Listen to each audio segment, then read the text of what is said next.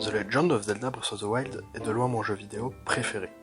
Édité et développé par la firme de jeux Nintendo, ce jeu nous conte l'épopée de Link, chevalier servant de la princesse Zelda, cherchant à devenir plus fort en voyageant à travers tout Hyrule pour, à terme, vaincre Ganon, l'avatar du néant, revenant perpétuellement après chaque défaite en répandant le mal et la désolation sur son chemin.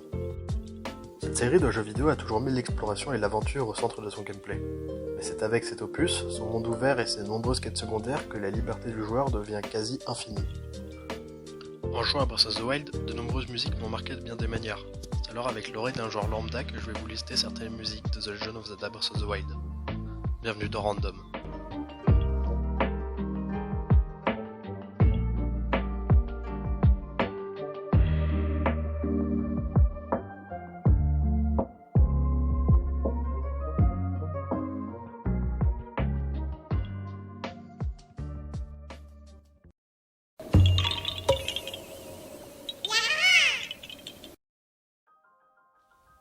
Première musique vraiment marquante du début du jeu, voire plus simplement la première musique qu'on entend après avoir lancé le jeu.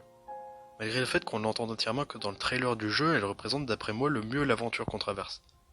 Elle commence par des notes calmes de piano représentant très bien cette découverte du monde du début du jeu lorsqu'on sort de la grotte dans laquelle Link dormait. Puis de la flûte vient s'ajouter, donnant un ton toujours calme mais un peu plus agité, représentant l'exploration du monde découvert plus tôt. Puis de la trompette introduit les percussions et d'autres instruments pour une musique mouvementée, pour faire place à l'action et le danger présent dans ce monde. Cette musique est une introduction brève et efficace à ce monde d'aventure et d'action dans lequel le joueur devrait faire face. Les monstres sont partout, bien cachés, même dans les plaines de départ.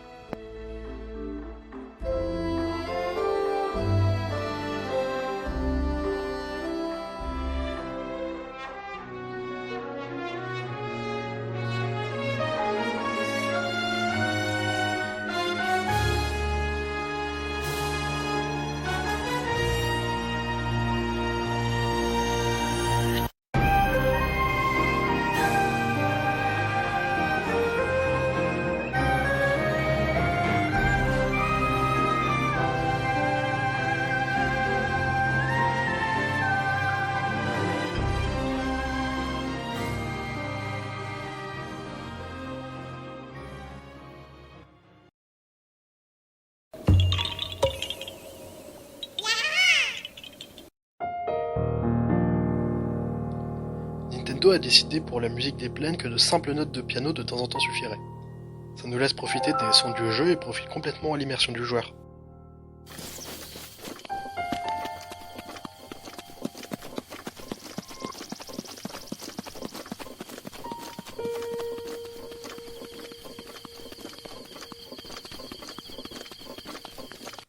Alors quand l'OST des combats plus mouvementés avec des notes partant dans tous les sens se déclenche, le joueur est coupé de son calme et comprend facilement que quelque chose se passe.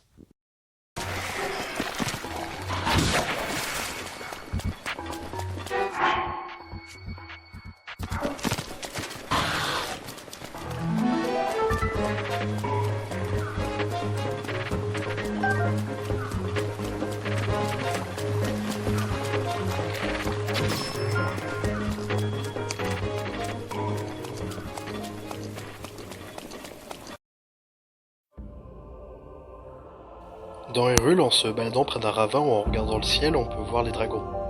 Ce sont trois créatures élémentaires majestueuses volant dans le ciel calmement, générant des courants d'air chaud autour d'eux. Leur thème est une musique calme, plutôt orientale, donnant un sentiment de grandeur.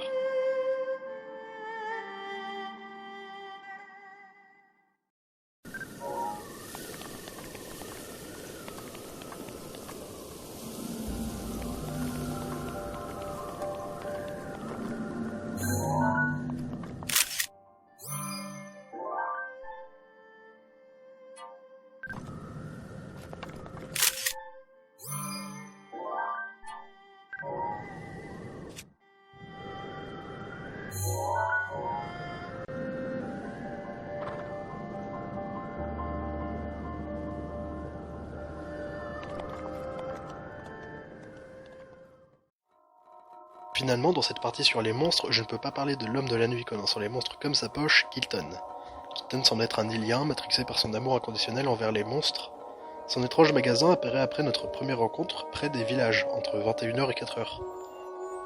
Son thème, un ensemble d'instruments très aigus et d'autres graves, est donc plutôt étrange et assez lugubre, à l'image de cet étrange marchand.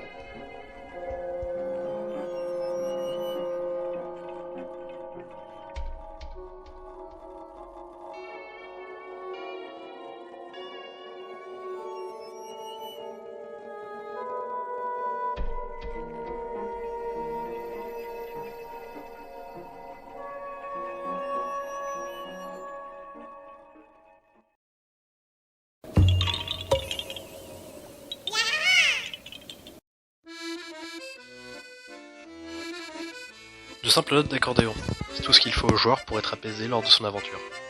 La nature est sauvage, on ne sait jamais quand on va se faire attaquer par un monstre ou un quelconque autre ennemi, sauf près de lui.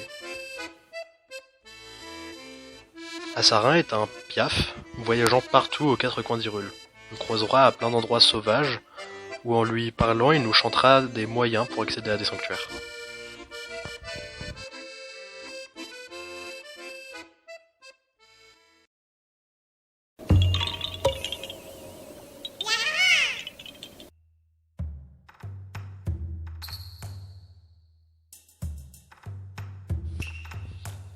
Cocorico est un petit village reclus entre les montagnes de l'ouest de la région de Necluda. Ce village porte une grosse inspiration des périodes féodales japonaises, dans son architecture, la tenue des habitants et bien évidemment dans son thème, via des instruments typiques japonais.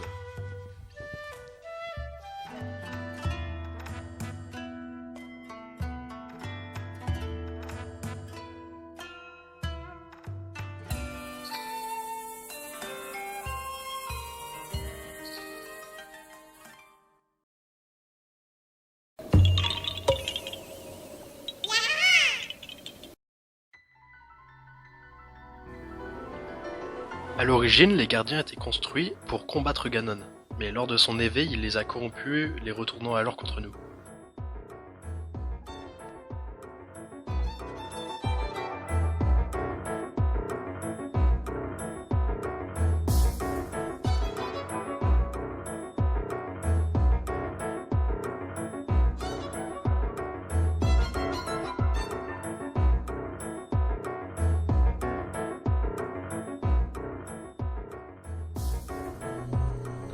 Peu importe l'équipement, quand on entend cette musique, on a peur. Ces notes de piano rapides et frénétiques partagent un sentiment d'urgence, faisant peur surtout les premières fois qu'on en croise un.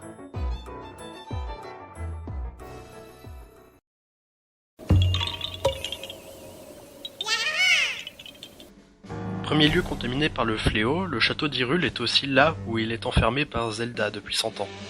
C'est le lieu le plus dangereux d'Hyrule, comme une sorte d'épicentre monstrueux.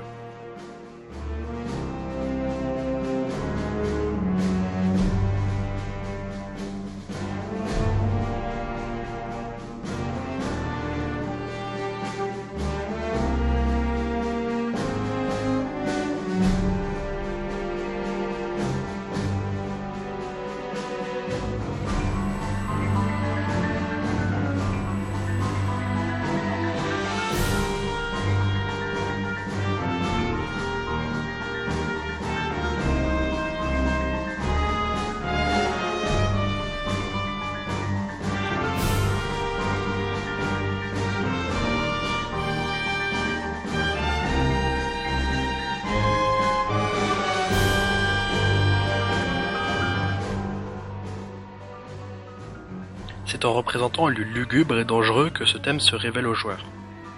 L'ambiance y est lourde et pesante. Avec tous les gardiens présents là-bas, les deux thèmes sont facilement reliés dans l'inconscient des joueurs.